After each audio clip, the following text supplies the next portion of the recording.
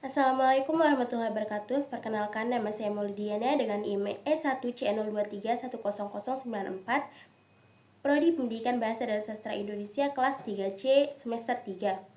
Sekarang, saya akan menjelaskan mengenai proses pembelajaran bahasa dan kaitannya dengan beberapa teori belajar bahasa. Yang pertama, ada proses belajar metode Carson. Stephen Carson adalah seorang ahli bahasa dalam peneliti pendidikan Amerika yang terkenal dengan teori inputnya.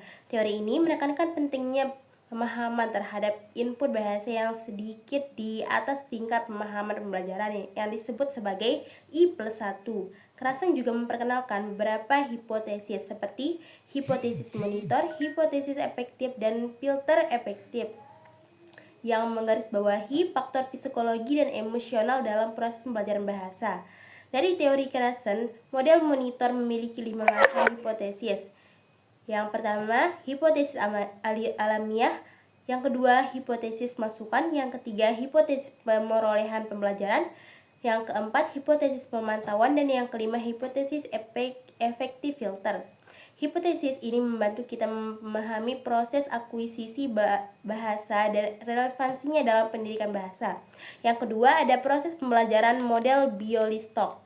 Model Bialystok dalam kajian akuisisi bahasa menyoroti hubungan antara bilingualisme dan perkembangan kognitif. Belajar bahasa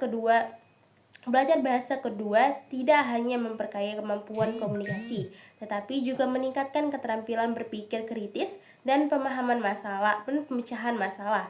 Ellen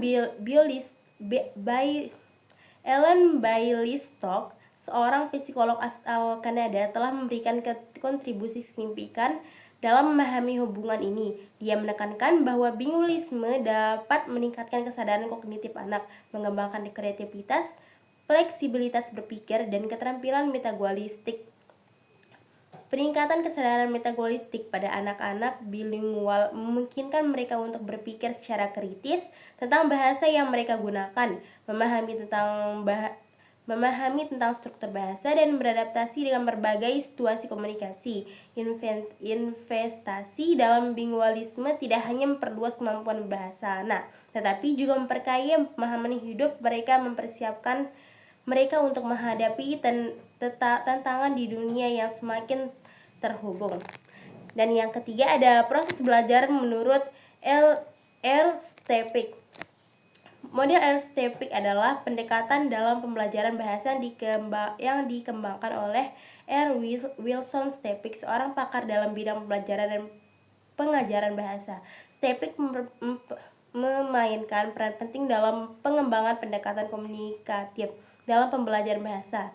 Beliau juga menekankan pentingnya tindakan bermakna dalam pembelajaran bahasa, di mana pembelajaran harus melibatkan aktivitas yang merangsang proses sensorik dan kognitif, memastikan bahwa makna dibangun oleh karakteristik internal pembelajaran dan hubungan dengan pembelajaran lain serta guru. Pendekatan L-Stepik juga menekankan bahwa pembelajaran bahasa dewasa harus dilakukan sebagai individu yang utuh, bukan hanya dilihat dari segi